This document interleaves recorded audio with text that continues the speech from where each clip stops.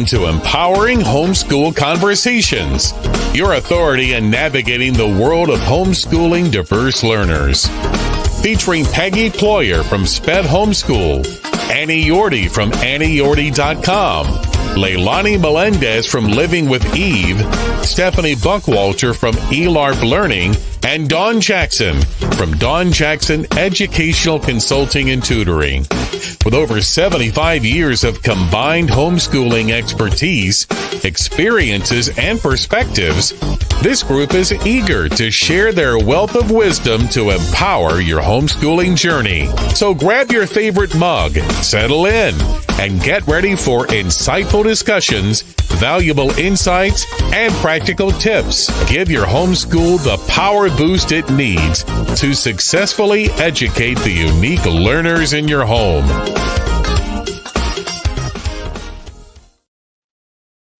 Hi, everyone, and welcome to Empowering Homeschool Conversations.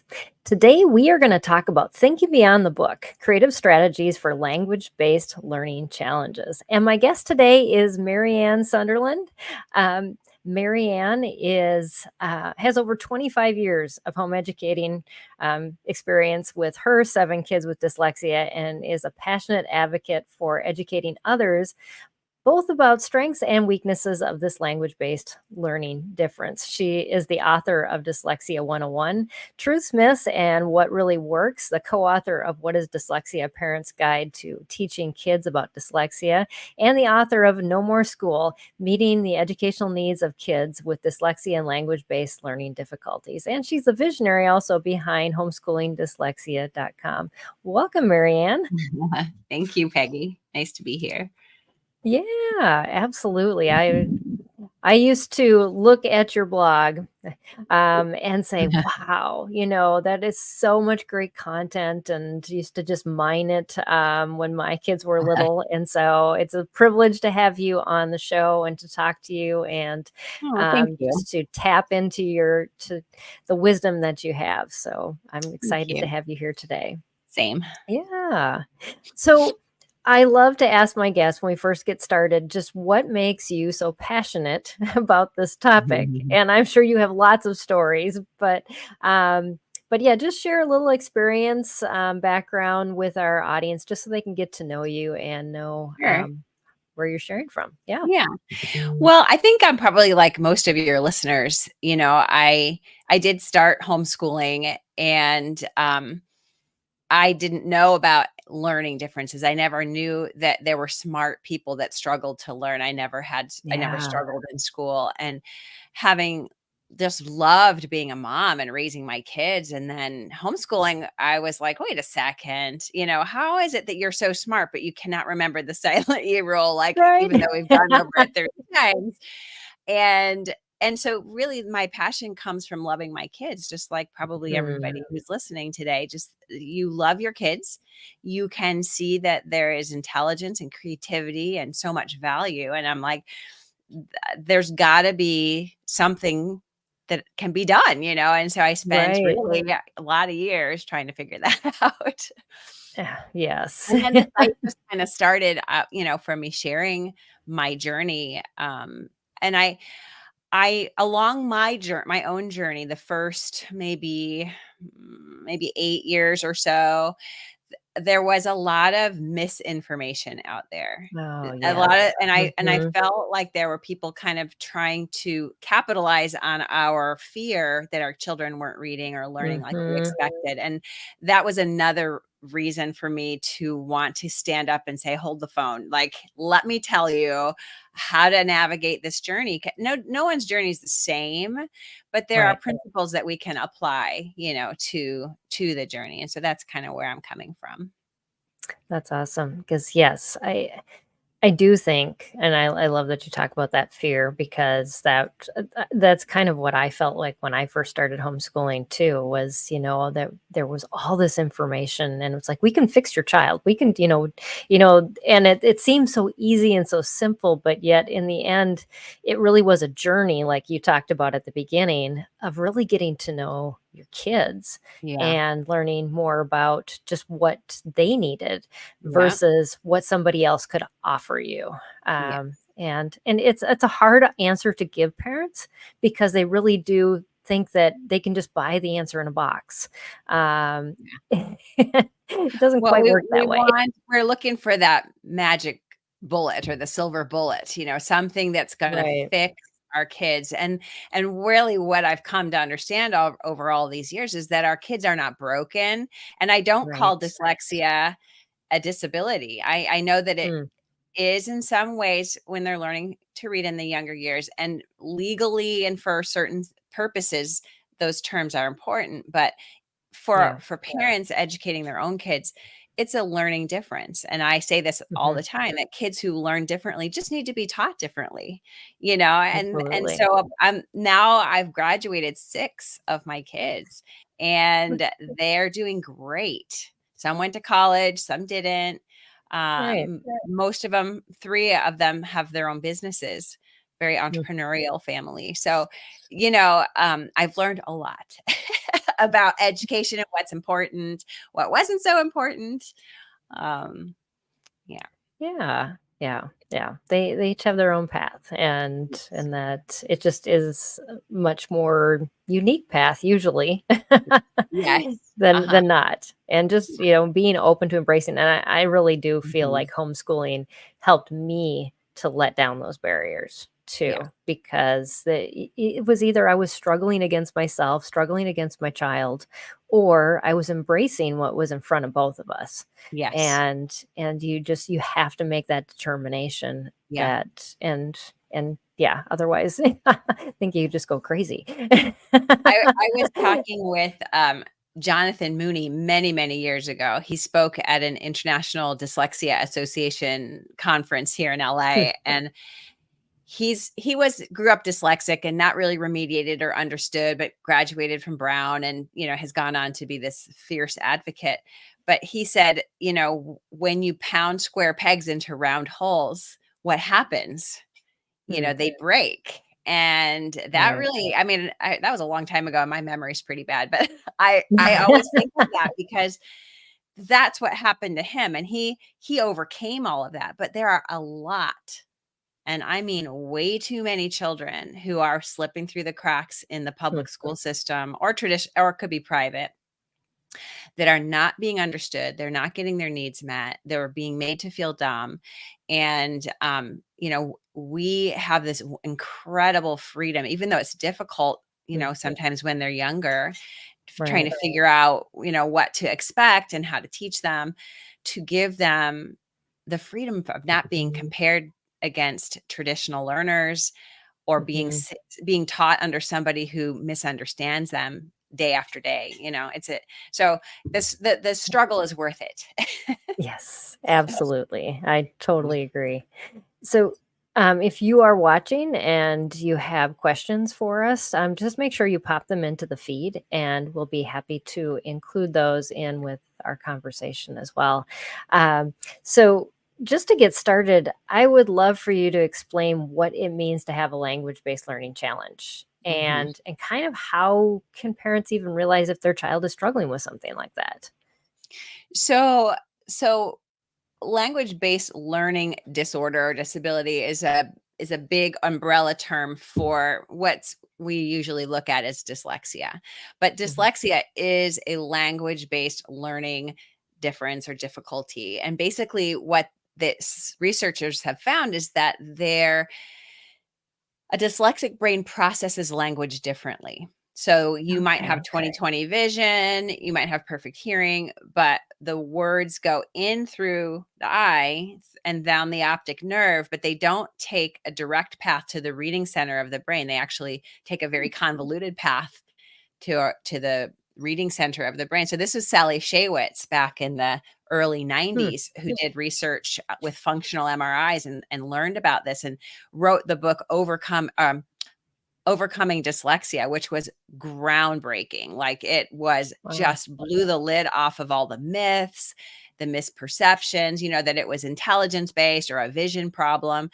It was basically how the brain processes language. And what's even more cool is that researchers Brock and Fernette Eide, they wrote The Dyslexic Advantage, and they have a website called The Dyslexic Advantage.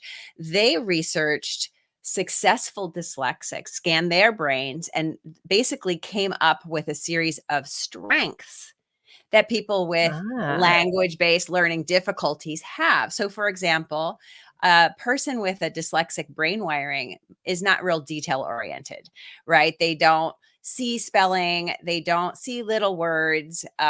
Same with math, like math facts and little details. They're not great at keeping hold of those in their brains. However, the flip side of that is that they have very good big picture skills. So they're able to see the big picture. They're able to maybe make connections between ideas that other people don't make. So this is where you get your inventors and your entrepreneurs, right? They see a need and they meet it, or they see a connection and they explore it.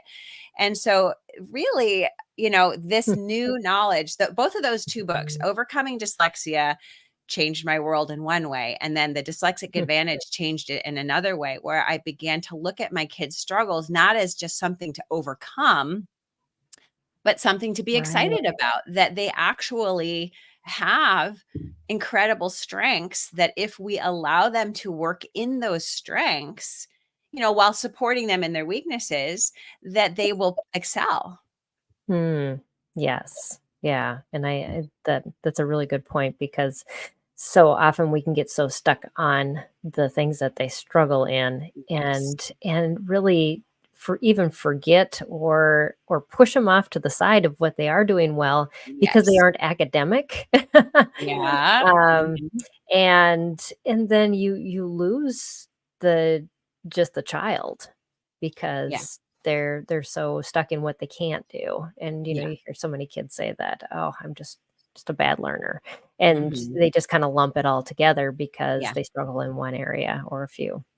Yeah, absolutely. So are the challenges, are they limited to reading and writing, or do you see them in other places too when a child struggles in these language-based learning areas? So you're definitely going to see a struggle or a delay in learning to read. Reading comes first, spelling comes later. Spelling is always much more difficult to master. So a lot of parents come to me, they're like, my kid's reading okay, but their spelling's terrible. Totally normal. Just need to keep reading and exposing them to the correct spellings. It takes time, use assistive technology.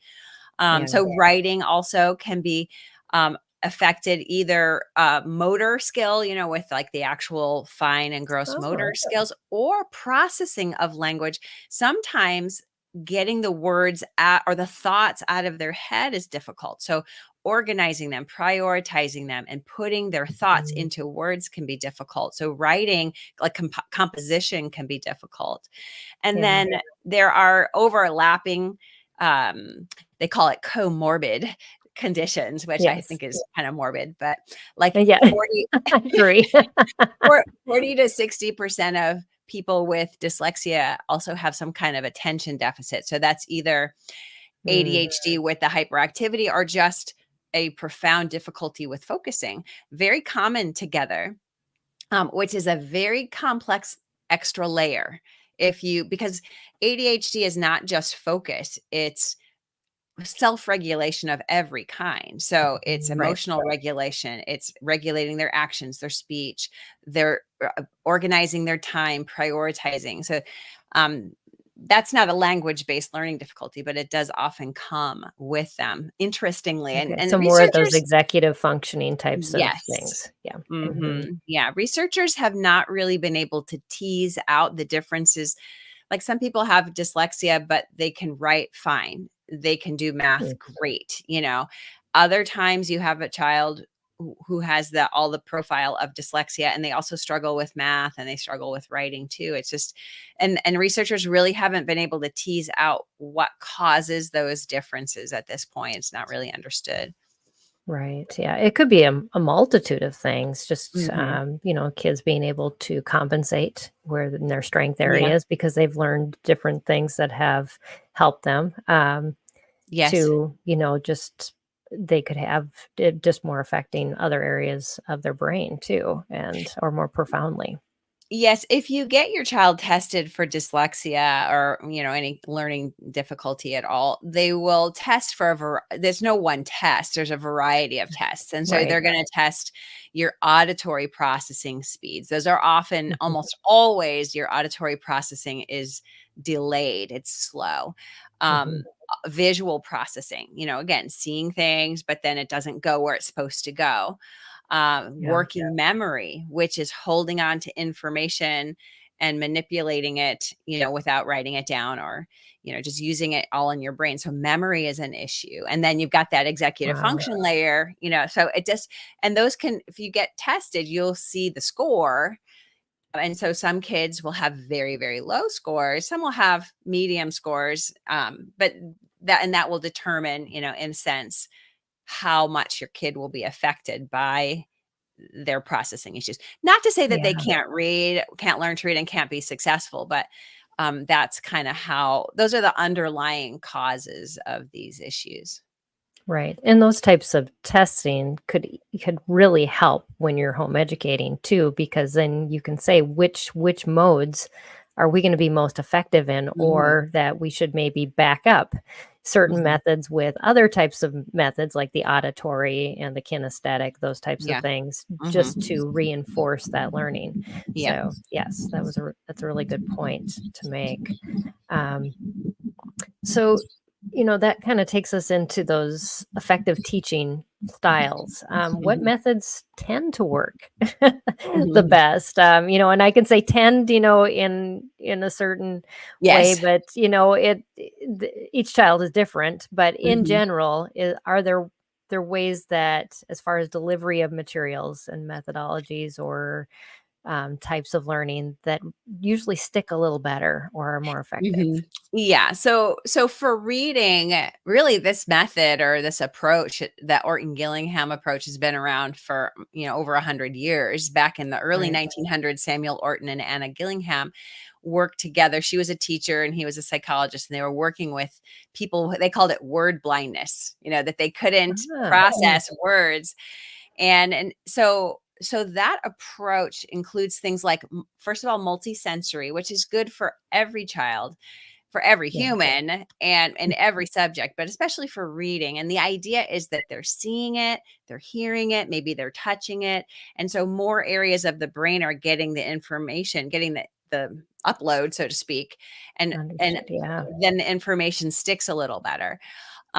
So a good way to teach reading is with something that's multisensory, also explicitly taught. A lot of traditional programs assume that you're just going to pick things up, but a research-based, evidence-based, or in Gillingham-based program will teach very explicitly and systematically. It teaches the same way, step by step. It doesn't leave anything to chance. And then the Mm, last element of that, or one of the last most important ones, is really individualizing it, which means that you are observe. I tell parents all the time, you're a tutor. Look at yourself like right. a tutor. You're not just you're not a teacher that opens a book and goes chapter 1 on Monday, chapter 2 on Tuesday. You're a tutor. So you see what your child is forgetting, because they will forget, and you Exactly. just go back and expect it, and just have a method of reviewing. And that's so a good there are plenty of programs that have been designed for parents to use at home. There's 4 Mhm. major ones that are quite good. Yeah. Um, and then as far as like other kinds of learning, I would say, for my kids who maybe struggled with academics or attention, using interests was really important, as much as possible, capitalizing Mhm. on their interests. So if we were doing, say a world history, but they loved medieval, we'd camp out in medieval for a while. And then kind of we've Right. done ancient so many times, we kind of zip through that part and get onto whatever they're interested in and hang out there a little longer. We can Yeah. do that, we can enjoy learning with our kids. We don't have to be stuck. Was it Charlotte Mason? She said your curriculum is your tool, not your master. And that's so Right. true, to Mhm. just it's no, nobody's going to learn every fact of history ever, so you want them Right. to enjoy history, and explore things that are interesting. Because the thing is the things that interest our kids, like say they're really interested, you have a boy that's interested in battles or battle strategy or something. And so Mhm. you dive into that for a while. That their brain is a brain of strategy, and so they may Yeah. not become a military commander, but they might be a strategist of some sort. You know what I mean? And so Right. Yeah. pursuing interests like that are a wonderful way to educate kids, because where they're all different and they all have Mhm. different interests and strengths and weaknesses. And so as much as you can follow their interests, will help them to be more engaged and remember better. Right. Yes. Because I think there's even research now that shows that just the brain activates at a much higher level and stays Mhm. engaged longer when Yeah. you're focusing on something you're interested in. And so Yeah. capitalize on that, Yeah. especially for a child that really struggles, because you're Yeah. going to be able to have them in that activity a lot longer. So, Yeah. yes. Because the thing is something that I've really been speaking about a lot lately is that we want our kids to feel successful. Yes. We want them to, like, success breeds success. Hmm. And so if our kids are coming to school, coming to homeschool, and they're excited to learn, they're instead of giving them a textbook to listen to or read and a worksheet to fill out, we're having a discussion, or we're allowing them to show what they know in a way that they're good at, say. Hmm. They feel smart and successful. And as someone who feels smart and successful, goes into the world being smart and successful, and I think Right. that is more important than finishing the page or checking off all the check boxes, from our Right. curriculum. We want to try to be mindful of that. And it's hard. I know. I mean, I Hmm. struggle even to this day, with that still. Like I have one of my last two kids is kind of more traditional learner, even though he's dyslexic. And I'm like, ooh, I could cram you right inside the box. I have to kind of watch myself. I'm like, calm down, Marianne. It's like, And it's he's harder with the ones at the end. I mean, I found that I stuck to my oh, guns with my oldest, and, my last one, man, she I was like, "Can you just take an online class?" totally. I felt so bad for her, but she's doing great in college now, so Okay, good. uh, but yeah, that is hard, yeah. So, if a parent was to say, "Okay, so say I had, like, a picture book that I was going to use to engage my child with dyslexia. What would that look like to try to make it multisensory if we were reading through a picture book?" Well, I mean, already a picture book has the visual element and the Right. auditory element. And the only other, so I mean, you could touch a book, I suppose, but I would say, um, if you wanted a child to be more engaged in a story, to ask questions, like, what do Mhm. you think's going to happen next? Or why do you think they did that? Or what would you do in that circumstance? Do you think that was a good thing to do? You can ask questions. I think reading Right. aloud is kind of such a beautiful thing because it just works. You don't Right, really it have to does, fiddle with yeah. it. Yeah. Well, and I Well, think good though when books. we have a child that too, struggles in those language-based areas, sometimes we pull ourselves back from using those materials. And so that's kind of why I asked the question, because Mhm. I think we oftentimes will set limitations on what a child needs and go, "Oh, we got to get the Play-Doh out," to Yeah. make this interactive. But I love that. Yes, just being able to look at the pictures, to discuss them, maybe even touch them, and I'll just, yeah, get up and do an activity related to it, or Right, yeah. like a hands-on. So a lot of times with my kids, I went through a series of trial and error with my younger kids in science, for example. Like there are a Ah, lot of really nice full year curricula out there that are beautiful and wonderful, but that's way too much information. And yes. I Uh-huh. would, like you, kind of strap my kids to the chair and be like, "We will read 45 minutes today, and you will pay attention because we're going to finish this." Only to find out later that they didn't remember really the things that I read. You know what they remembered? Yeah. All the experiments that we did. So Mhm. later on, I kind of opted for there are different science kits you can get, and I would have them delivered to the house each month and work on those. We had a couple of different types of kits that would come, and we would just work on Oh, those. And those are the kinds of things that they remember. So, or you right. could use that curriculum and modify it. Use it as a spine, maybe touch Mhm. on areas. So if you're talking about muscles, for example, you don't need to discuss every single kind of muscle, but you could maybe Unless they're look at going the into that. pictures and talk. Yeah. There are different kinds of muscles, and your heart's a muscle, and Yeah. then get a Mhm. chicken out, get a chicken leg out, right? And Right. like show them how there's a muscle and it's attached with lymph. So those kinds of things, like the hands-on experiential learning, helps kids remember better. Yes. Mhm. Absolutely, yes, and it takes a little more work on our part, Mhm. but not always. I mean, I found Yeah. that the 101 series, for high Yeah. school science was my favorite. My kids would always that would be the discussion at the table when they watched the video because they were so funny and engaging, and I'm like, Yeah. "Yeah, that's good." And I even had one that went on to be an engineer, and that was enough information for him to do that. Oh, I love So, that. I think some people play down the curriculum that is more experiential or more interactive as not Yeah. being rigorous enough. Mhm. But for kids who do struggle, that's all the rigor they really need, Yeah. to just ignite those passions and keep Mhm. going. Because otherwise you shut the doors, Yeah. and then there's no learning happening at Well, it's all. just so yeah, it's so unenjoyable. With, my second so I had older kids, and then I had a second set of kids kind of in there, like 4 years later, and so the older kids, I crammed them inside the box and tried to make them do all and then, of course, they, did these amazing sailing trips, and I was like, "Okay, whatever." Oh, So the next set, I was like, "Okay, I'm gonna be a little more, um, attentive to their actual needs," and so their high school ended up being pretty relaxed. hmm. And, I sat with them during science, held their hand, read, we discussed, and I kept thinking, is this enough? Right. Am I Yeah. doing enough? Are they prepared for college? Are they even going to college? And so of this set, the second set, one of them never went to college. He took his college fund and invested it and started a business. And the other Uh-huh. one did go to college, excuse me, and she who was resistant, to a lot of learning. Like she just didn't enjoy it. Um, Mhm. we would argue, about her even going to a tutor. But then when so here's the key. Yeah.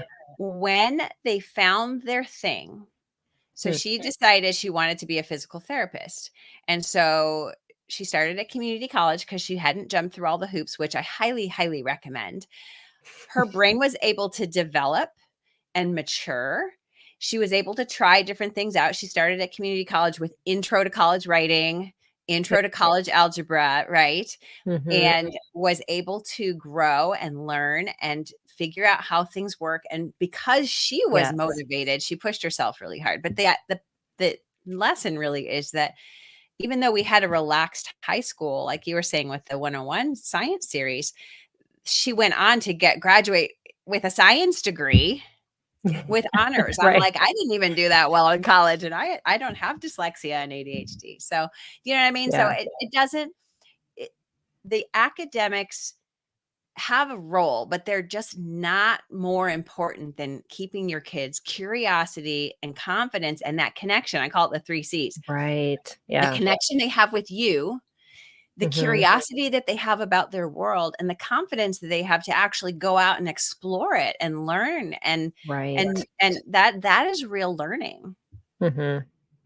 Absolutely. It truly is. Mm. And yeah, I found the community colleges have been awesome for my 2 that went to college. They started that way, and highly recommend that because they weren't Yeah, too studious, but it did help them learn the ropes. And especially now with yeah, online learning classes, so nice. those Yeah. are really just convoluted. So if they Yes. could learn them in an environment where they're at home and go, help me navigate, it Uh-huh. doesn't seem as much of a pressure. You talked Yeah. on need. Yeah, yeah. You talked about needs a little while ago, and I Mhm. would really like to kind of circle back to that. What are the real, often looked needs of students with language-based learning challenges? So, we talked, there's remediation is the fixing of the weaknesses, right? And so we want to Hmm. really spend time working on those things. We want to be teaching them with a phonics based, that we talked about Orton Gillingham, a program Hmm. that's designed for people with dyslexia. We want to work on that, but holding on loosely because it's funny. There's this thing called middle school magic where it seems like, I mean, I call it that. I don't know what other Yeah. people call it, but it's universal. Like everybody sees it, but around 12, 13, sometimes 14, maybe a little earlier, that kids just suddenly the penny drops and they're like, oh, I get it. I'm reading. Right. But we should be inputting, I do believe. There is a Mhm. statistic out there that you'll see sometimes that says, oh, if your dyslexic child doesn't get remediated and get caught up by third grade, they'll never catch up. And Mm. parents freak out. And then one day I realized, oh my goodness, they are looking at public school kids. They're not looking at Yes. homeschooled kids who are being taught at their level, at Hmm. their pace, and as a homeschool parent, you can do that. So if they're in sixth grade and they're reading at a first, second grade level, that's where you got to teach them, right? You got to Right. individualize it and then you got to review and you've got to just let go of those expectations and be consistent with it. Yeah. Sometimes sometimes you might need to hire a tutor. But so remediation is one facet, but it Hmm. shouldn't define their whole life. Like it shouldn't be something we don't want our Right. kids hating reading instruction, hating us because we're forcing them to do this, right? I've talked to Hmm. parents whose kids are really resistant and they've taken a break from reading instruction for even a year at times. And then the kid heals from whatever stress that's been, overwhelming them. And they come Hmm. to the table ready to learn the next year. And so I'm telling you, it does not look like traditional education, but here's the thing. Right. Hmm. Parents know what their kids need. I Hmm. do a lot of homeschool consulting and I talk to these beautiful parents who love their children, who've done all the research and they know what to do, but they're like, that can't be right. I can't Oh, possibly take a yeah. break from reading because they're Hmm. behind.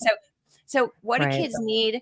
They need a parent that looks at them like a person and not a statistic, and who Hmm. will educate themselves about learning differences. It's really important to understand that your kid's smart Yeah. and they Right. want to do well. So if they're falling apart or crying when it comes time for school, they're telling you that something's not right. They want to do Absolutely. well. So they need a parent that's seeking for answers and listening to shows like this and you know Hmm. connecting with other homeschool parents who've done it to really understand, that each kid's needs are different, but they need that evidence-based instruction. They need accommodations are another Hmm. thing that our kids really need. And the idea of an accommodation is, for example, using speech to text to write a paper or Right. listening to a book instead of reading it. And the idea is that kids with language-based learning difficulties are smart, but Hmm. they struggle with the written word. So, how can we support those weaknesses and so they can learn at their intellectual ability? So, way, way, way back, I Yeah. used to say, Yeah. you can't listen to a book. That's cheating. But then I had all these kids, and my kid was wanting to read Lord of the Rings. And I was like, I'm never going to be able to sit down and read Lord of the Rings with Right. you. And so, No read out loud there. yeah, so he started listening to books and just devoured them. And many children Mm. and adults with dyslexia love literature. They love a good story. It's Yeah. actually a strength of dyslexia. Narrative Hmm. storytelling can be a strength. Not everybody has it, but so accommodating their weaknesses so they can keep learning at their intellectual ability and you know, so Yeah. yeah. Yeah. That's awesome. As you were telling that story, I was thinking about two of the girls that I coach. So my other business is I have an aerial studio. So, and I Oh, cool. coach 11 girls on my performance team. So we perform all around the area. And I had one girl on my team, both homeschooled, and her sister couldn't join the team or try out because she was taking dyslexia tutoring. And she always just looked so downtrodden because all the funds that the family was using were going into her tutoring. And this last year, her mom let her try out. And so she joined my team. And to see her blossom this last year just makes me cry because she is a totally different person because they've just said, you know what, reading's going to happen, but this is something you love. And yeah, it's just been amazing to see her change because they kind of let go of that. And so, yeah, it's just beautiful. There is research about strengths, working in your strengths, and how when an individual, whether it's a child or an adult in the workplace, works in their giftings and strengths, that all areas of their work or school or learning improve. It's really interesting. And I do believe it kind of goes back to that. I feel successful. I feel confident. So therefore, when I go into situations, I'm going with an attitude of, you know what I mean? Like, I can do this. Right. I don't know, but so what you're describing with this young lady is an example of that, and it's a tricky thing to tease out. When do you give up the tutoring and do exactly a sport? When do you do that? What's responsible? Because we want to do the right thing by our kids, right? Right. Yeah. It comes down to, I think, a lot of prayer and, For just sure. walking in faith because, one of my kids just said to me, I'm done with school. And I'm like, well, not graduating you yet, but let's make a plan. And, his plan was way different than mine. And he's my one with the language-based learning challenges. And God just really said, let go, for a while, not, but after a while. And it was to preserve our relationship. Yeah. And that was more important. So, yeah, you just don't know what's coming ahead for your child. God does. And just to rest in that is so much more important. Yes. Yeah. Yeah. That whole idea, the Bible talks about walking with God. And when you said that, it kind of reminded me of this whole homeschooling outside the box kids. It's like, there is no playbook. There is no one curriculum or one way that works. When what we're talking about are general things, things to prioritize, things that are less important, but your unique journey is yours. And you're navigating it sometimes year by year, month by month, week by week, day by day, hour by hour, because your kids, some days kids are like, it's all going in. And some days it's like nothing's going in. And it might be that way for a week. I remember my kid's dad would say, I'd be on the phone going, I just can't do this anymore. It's like, no one can read. Everyone's running around. And I fell asleep during story time and they went outside. And he was like, oh, you should just go to the beach, and go and go and just relax. And I was like, are you kidding me?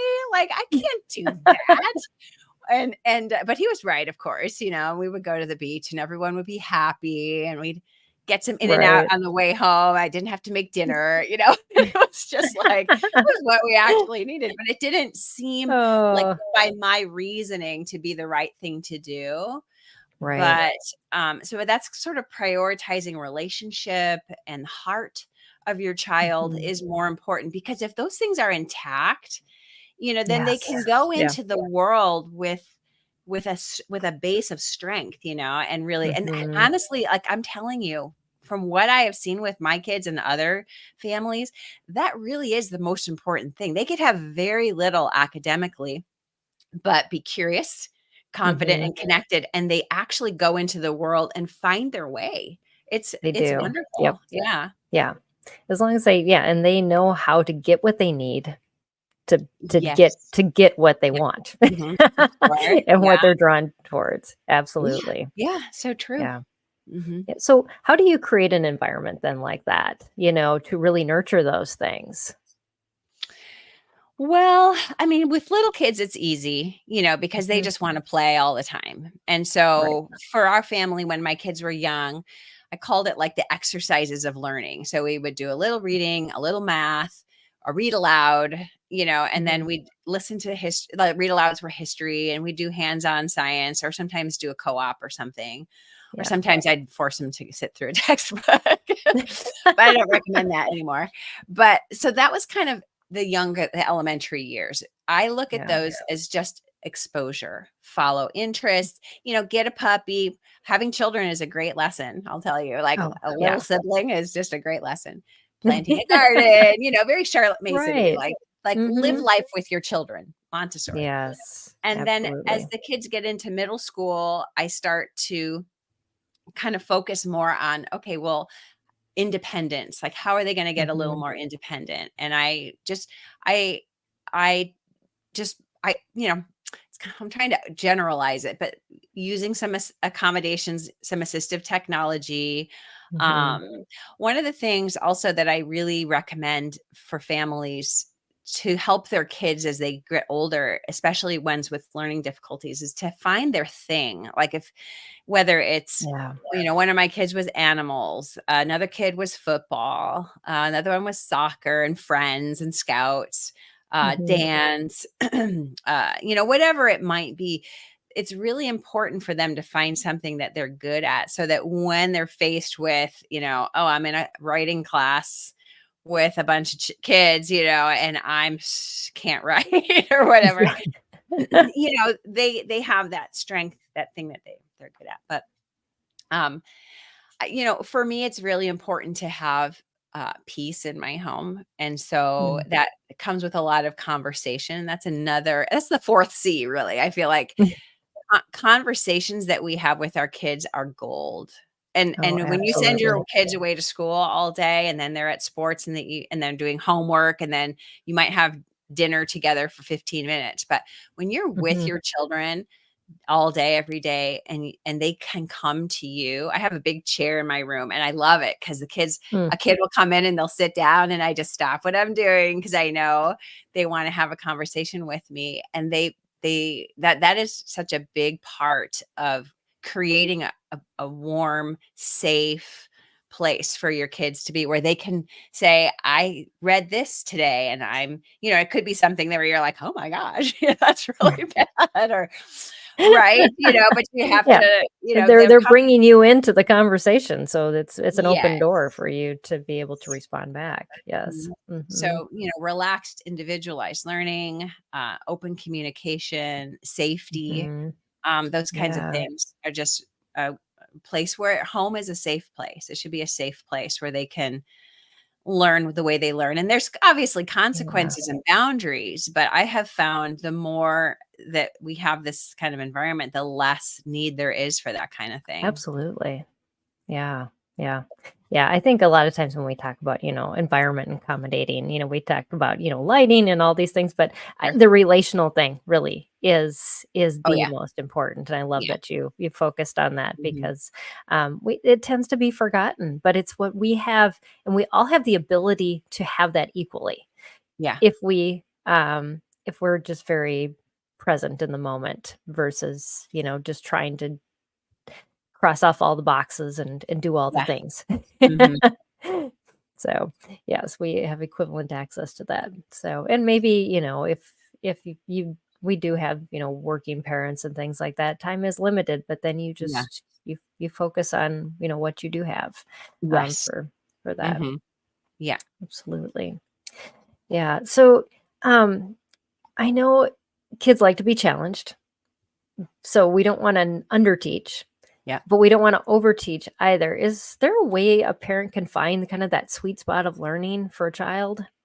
Yeah, I saw that in your list of questions. I was like, that's really difficult. Because we all have that kid who's like reading at a first grade level and who wants their sixth grade reading curriculum, or whatever. Right. And you're just like, so it's a difficult thing to navigate. So I try to find ungraded things, or, like an algebra program or pre-algebra program that's designed for kids who are struggling. So it's more visual, or, there are curricula out there that are more designed for kids that struggle, so that they can do higher level stuff. Mm. But I would say most curricula, say there was a kid who was really invested in working at grade level, that you could theoretically, not so much with math, but you could try.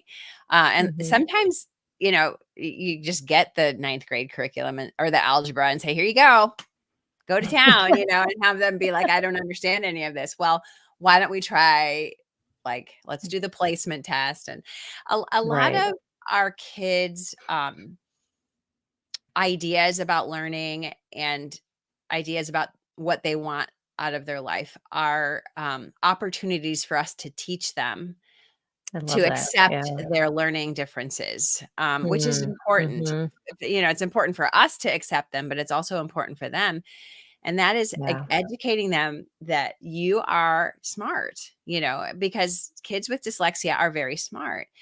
And Yeah. it's easy if we don't talk about learning differences and dyslexia and what have you, processing or ADHD, our kids are going to think they're dumb. Right. Or they're Yeah. going to think that they're lazy and unmotivated if they have ADHD, and we're not going to label them because we don't want them to like have a crutch or something. But the reality is that we're empowering them by teaching them that dyslexia is a processing issue. Like I had a son who had Mhm. ADHD, and I was reading this great book. It's called ADHD 2.0. It's by the Huh. people who wrote Driven to Distraction back in the 80s. But anyway, Okay. so I'm like drawing neurons and dopamines, and I'm like, this is how your brain works, and he was just, I'm like, and so here's this supplement that's going to help you. And he was like, no, I don't want to take it. But then he did, and it helped. And, but the idea is that we educate our kids about what's going on. So it's not a mystery. Right. It's not something they need to be embarrassed of or ashamed of. It's Mm. just is what it is. And it's not one Yeah. conversation that we have with them. It's a series of conversations over time, Right. different circumstances. Siblings are a great way for that to happen. You have your 12-year-old who's still reading at a second grade level, and then you have the first grader who's like, oh, look, I'm reading Little House on the Prairie, Right. and that like, oh, right. And then, Uh, but this is an opportunity both for teaching the dyslexic kid that, they're smart but learn differently, and yeah. focusing on their strengths, making sure you're saying, hey, I love how you make food, or I love how you train the animals or whatever. And then the younger Right. one, teaching them humility, like just because you can read well does not mean that you're a better person, right? And that, Right. I used to say that should be a subject, like the whole character training should just be on the list, Oh, so yes. that you don't Uh-huh. feel like it's an inconvenience or an interruption, but it's actually part of the curriculum for the day. Yeah. Oh, absolutely. Yeah, I think when we first started homeschooling, character training was like the only subject in our house because there was constant battles and I I needed it remember as those bad as days. they Uh-huh. Totally. did. But yeah, it works out that way. Mhm. So true. Yeah. So, you know, we in our audience, we have a lot of parents who start homeschooling because of like reasons where their kids are just kicked out of school. That was my story. And so a lot of kids come like completely shut down. They, Mhm. you know, have trauma from school. Yeah. Mhm. Or maybe even we've pushed them too hard within our Yeah. homeschools. Mhm. Um, how can a parent start that healing process of moving towards what you've been talking about with your three C's, um, if they feel like they're in that place? Mhm. That's a great question. I talk to a lot of parents who are pulling their kids out only because it's a life-saving move, but they have no Yeah. idea what they're going to Mhm. do. And honestly, like pulling them out of that environment is half the battle. You get your kid home, let them sleep, let them wake up Mm. when they're ready to wake up, let them eat when they want to eat, let them move when they want to move or need to move, and you've solved half your problems, right? Mm. Because they're able to not be being pounded into a round hole. But then that trauma is a real issue. There Yeah. are it's learned helplessness, like I'm dumb, I can't do this, or immediate frustration when something's hard and shutting down. And so in extreme cases, I do recommend parents just like deschool.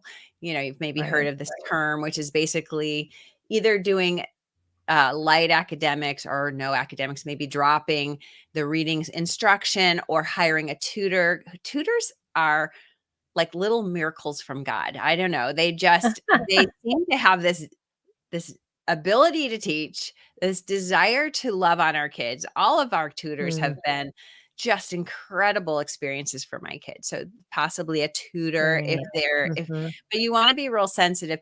Again, it's that communication, that fourth C, like we're going to do this homeschooling thing.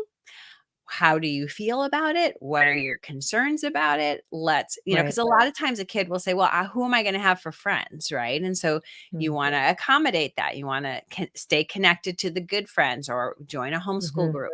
So we want to have a lot of communication with our kid. And then possibly taking a break from things. And it seems really scary, but especially in elementary school, which is usually when kids get pulled, Right. you have so much flexibility. I mean, you could go and do field trips every week, and listen to books while you're driving and have a fantastic education because Yeah. again, you're cultivating their confidence, their curiosity, and their connection. And then they will let you know when they're ready to start learning. They'll express Absolutely. desire to start reading, and it might not be in a week or a month or a year. It might be longer, but Right. and you have to navigate that. But that's kind of what it looks like. They've got to the period of deschooling is really to decompress, to build their relationship and trust with you, and to do fun things that they're interested in so that they enjoy learning again. And the Hmm. important thing is to try not to schoolify it. You might go to the library and get Yes. some books and leave them laying around, but try not to then pull up a worksheet, and be like, Right. "Good paragraph about that fun time we had today." And they're like, Yes. you The could do panic that. sets in. Yeah, you could do that. Like, I know Yeah. parents who are kinda unschoolers, but they do ask their kids to write about their experiences or create a Hmm. PowerPoint or record a video or something where they can Right. just express themselves, what they're learning, Hmm. um, so that, it's sort of schoolish. Yeah. But then, so learning about learning differences is key. You've got to understand what's Yeah. going on inside your Hmm. child's Hmm. brain so that you don't do what I did, which was like tell my kids when they were bored to go read a book, and I became an Orton Gillingham tutor, and they did a simulation of what it's like to be dyslexic. And we had a family like schoolroom office, and I was in the office, and my son, who's profoundly dyslexic, was behind me at the desk. And I just turned around and I was like, "I am so sorry." And he just laughed. He was like, "You're fine, mom." But They have much more grace for us than we we oh, for often sure. do. Yeah, for sure. He's so thankful, for being able to have been homeschooled. All and there's a stage where your kids are like, "I was homeschooled, and that's why I can't spell." I'm like, not really." But, later, like, my older kids will come to me and say, "We had such a good childhood, traveling and Mm, playing outside and siblings and just the freedom that they had to be children," because they see now in the yeah, world, that it's just it's a whole the very, world is yeah. just, kids grow up so fast and there's so many expectations and pressures put on them. And literally, children playing in the backyard. I used to worry because I had so many children. I was like, all my kids do is play all day. This is so Oh, bad, but actually ended up fine. yeah, yeah. That's great. So I'd love for you to talk a little bit about your latest book, No More School, and then also your website, Homeschooling with Dyslexia too, and just what Mhm. families can find there and how to Okay. connect with you. So my website is homeschoolingwithdyslexia.com. I have articles that I've written. And so there's a search bar so you can search for what things that you're looking for. There's a contact page. If you can't find it, I can help you. I have classes, online classes. So parent education classes, not for kids, but for parents to learn about. So it's kind of like a quick way to learn about dyslexia or dysgraphia or dyscalculia or processing issues or executive function. So you can listen to it or watch it and kind of get up to speed quickly. I have a mentoring group, which, is for parents. A lot of parents in there have kids who are really resistant. But my book, No More School, I wrote about a year and a half ago. And it was really this message that shared my journey of educating my kids, and the subtitle really explains. It's not about not doing school or not educating our kids. It's stop schooling them and start helping them learn. That's the idea. And what kinds of things do our kids really need to be educated, to be successful? And so it starts with kind of a little bit of our story woven through it, but also just kind of what is that word that everyone's using? Deconstructing the public school. Like, where did it come from? And where did the teaching methods come from? And are they useful? And what are they good for? And then we can take what works and leave what doesn't, and reconstruct an education that really meets the needs of our kids. Because I have seen I had a lot of kids, and then nobody was independent. And so my thing was pretty out there, and my kids are successful as adults. And I was like, hold the phone. Do you mean they don't need to know what verbs and nouns are? They don't need to know what I do it all those clause and a dependent clause is, like to write a good paper or to be a good storyteller. You know what I mean? So all that. So anyway, that book is really my heart right now, is just to help parents feel confident to step outside the box, and you're not hurting your kids. You're definitely not hurting your kids. If you provide a loving environment where they can follow their interests, you're doing a good job. So anyway, it's kind of a way to help parents, because it's hard to step outside the box, because most of us are products of the traditional school system. And we really, that's another reason. I mean, that gets a little fringy, but like the school system and the way that it's structured with one correct answer and one authority, and we don't ask questions, those kinds of things are a little bit not really conducive to critical thinking, independent thinking, finding our thing, because we're so on this belt of, got to do what everyone else is doing. Right. So it's kind of a way to help parents feel confident to step outside the box. That's what that is. Yeah. I was told by a couple I interviewed a while ago. They said, the first big critical decision that kids who are within the school system have to make is, now what are you going to do for the rest of your life? Because they've been told up until that point every little step that they need to take, and then all of a sudden they have to make this major decision. How much better that we give our children, though, that decision making capability and that ability to explore, really know who they are and understand themselves before they have to start making decisions like that. It puts them in a better place. It really does. That and community college or trade schools. There's so many great trade schools. I don't know if your listeners know this, but the Department of Rehab is in every state in the United States. Yes. And they do look at learning disabilities as a disability, and they will help your kid to find a program or school or degree that meets their needs. To help them find it, apply for it, and they'll pay for it too if you have a diagnosis. So, there's a lot of different options for our kids to find their path. And when I was growing up, it was just like, you're going to college and you're getting a degree, and then I got a degree and I earned more in college waiting tables than I did with my degree. I was like, wait a second. You said, Dad, exactly. He's like, oh, well, later, you need a master's degree or a PhD. I'm like, oh, yes, exactly. Crazy. There's so many options for our kids. So absolutely. Yeah. Well, I want to encourage our audience to check out homeschoolingwithdyslexia.com. I will definitely put the link in the show notes so you can connect with Marianne and her resources and her books. And I know your book the latest book is linked right on your homepage. But they're all on Amazon, so Yes.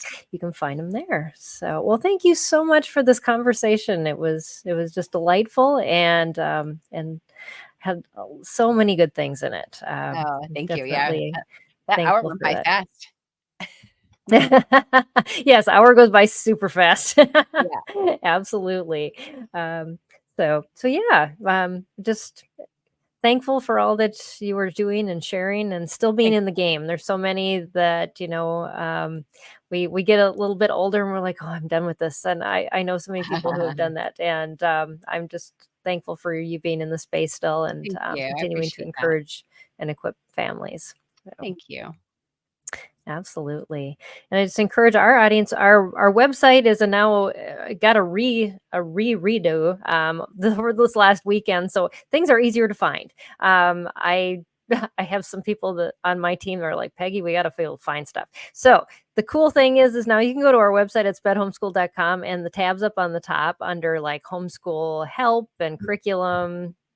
I don't remember how they're labeled, but if you go into each of those, there's a whole little like picture menu of all of the different types of curriculum helps, diagnoses, and also like family support, therapy. And you can click on that. You'll see all the resources that are tagged with that.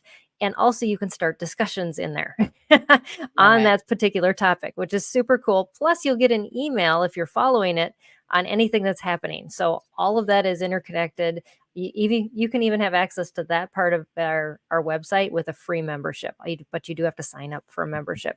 So we just want to get you connected. There are upper levels of membership too that get you access to some of our exclusive content, consultations, things like that. So, but just excited to have all that done and be able to connect with everybody. So, and then next week, my guest is a speech pathologist, and we're going to talk about building strong voices, speech strategies for social skills, self-regulation, and learning success. So she's got a lot to talk about, and I'm super excited to be back next week to talk about that. So yeah, well, thank you so much, Marianne, and thank you all for joining us on the show today. And I guess we will see you around on the website, and definitely check out Marianne's resources. And until then, God bless everybody and take care. And we'll see you next time here on Empowering Homeschool Conversations. Bye. This has been Empowering Homeschool Conversations, provided by SPED Homeschool, a nonprofit that empowers families to home educate diverse learners. To learn more, visit spedhomeschool.com.